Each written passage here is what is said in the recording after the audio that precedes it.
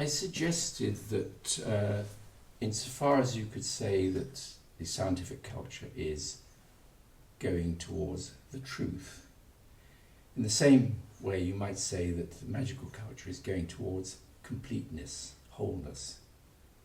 Now that of course means it would include truth and falsehood. And this is something which is very confusing to people from a scientific background or from a scientific culture. It just seems incredibly perverse. But I'd like you to consider a thought experiment.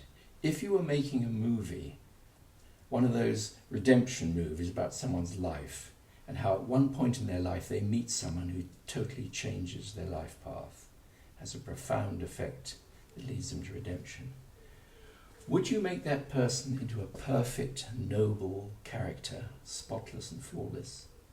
Or would you make that person someone a little bit shady, something wrong with him, alcoholic, a beggar or something? I mean, think Zorba the Greek. And I think aesthetically and dramatically it has to be the second case. Now that seems rather perverse. Why should spiritual redemption be wrapped in such a grubby package?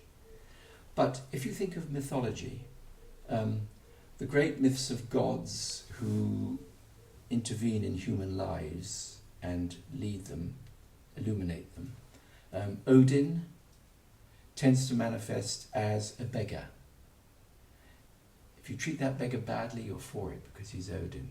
But if you treat that beggar with respect or kindness, then he will teach you great things. Jesus Christ, son of a carpenter wandering in the desert with his band of 12 dropouts.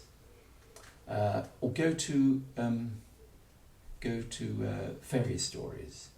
The classic fairy story where the youngest son meets this hideous old crone covered with warts and hairy warts and everything, but treats her with dignity and respect. And she either gives him some very precious object or else can even turn into a princess at the end. It's as though it's when the spiritual path shows itself to you, it tends to come something wrong with it, something grubby. And I found this in the 60s and 70s when a lot of people were sort of looking for gurus. You might meet a friend you haven't seen for years, and they're looking radiant, How are you? Oh, I've just met this wonderful spiritual master, he's a wonderful person. You say, tell me about him, and he goes on and on and on. You meet him a year later. How are you getting on with your guru? Oh, that bastard. I discovered he was sleeping with his acolytes, or paying money for initiations or something. But what about the wisdom he gave you? No, I won't have anything more to do with him.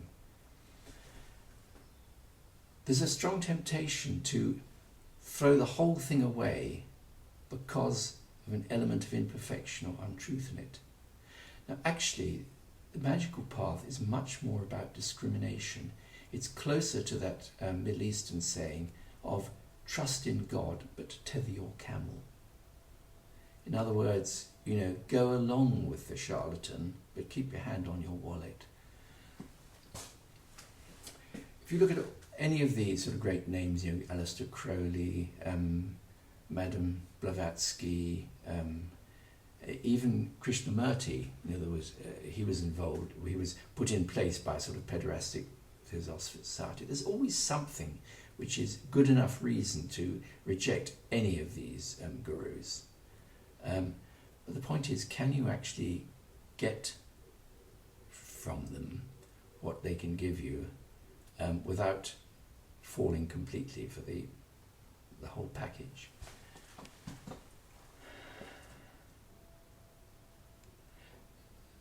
In alchemy, many alchemical texts begin with the words, you start with a substance which would be thrown out onto the dung heap.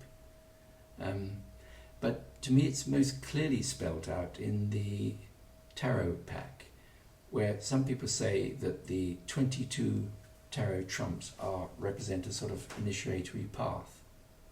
And sure enough, all the big guns are there. You know, you've got an empress, you've got an emperor, you've got a high priest and a priestess and all that. But it doesn't start with those characters. It begins with a fool and a magician. And in the old pacts, the magician is not some grand magus, but a street conjurer, a trickster, a deceiver, someone who tells lies for your entertainment.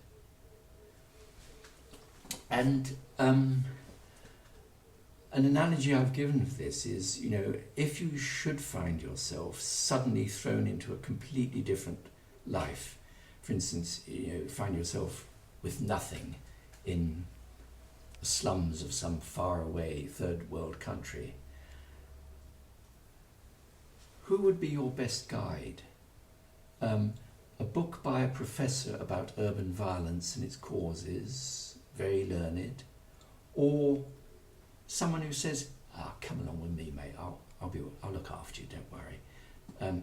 Now, that's a scary invitation, but there is someone who actually knows about these things. Now, you see, nearly all the world's cultures say at some level that this world we live in is an illusion. I mean, even the scientist says that you think you're looking at me on a screen, but actually what you're experiencing is a model within your brain of that experience. And if I was able to hypnotize you and say that, you know, I am President Obama giving a State of the Nation address, that's how you would see me. I should have thought of that. So at this stage, what I seem to be saying is, you know, in magic, don't be too quick to dismiss it because of the elements of fraud, deception, charlatanry. Magic calls for a much more complicated and discriminating exploration of what it gives you, the truth and the lies. But there's also an even more positive message than that, because the thing that interested me about cold reading, when I first was reading about it in the 60s and 70s, my thinking would have gone along with Richard Dawkins. You know, when I heard about all the tricks that can be done, all the ways you can imitate psychism, all the fake things you can do, I found it very hard to believe any longer that there could be real psychism. And yet the people who wrote those books, like Confession of a Medium and the books that were around then, many of them themselves did believe in the psychic. And I found that weird. And it was really when I read a book by the English bazaar magician Doc Shields, Tony Doc Shields, where the first half of the book was about straightforward conjuring, mental magic, things like that, you know, how to fake mind reading. But there was a later chapter which was about real psychic experiments using pendulums and whatever. And what he said is that if you begin the evening with demonstrations of fake mind reading, it actually prepares people. It opens up their sense of wonderment and the possibilities, and it makes it the more open to real psychic phenomena later. And that amazed me. And yet, it is really very fundamental to magic. The fake it till you make it. The Austin Spares acting as if. Right up from, you know, the Secret, where, you know, if you want this fantastic job, you start visualizing you've already got it. You know, you start pretending, acting, faking that you've got that job until it becomes real. Right up to the you know, sort of formal invocation of a deity that has qualities that you feel you are lacking. You actually have to find that tiny spark of that quality in yourself. And it's like sort of blowing on a spark to get the flame going. You begin to act out that role, and that invokes the power into you of the deity.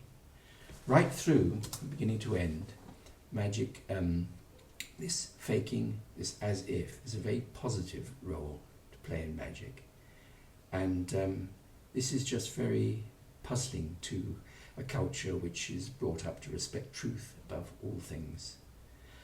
It's puzzling and yet it's interesting, this complex relationship. And I'll just read you Aleister Crowley's Book of Lies.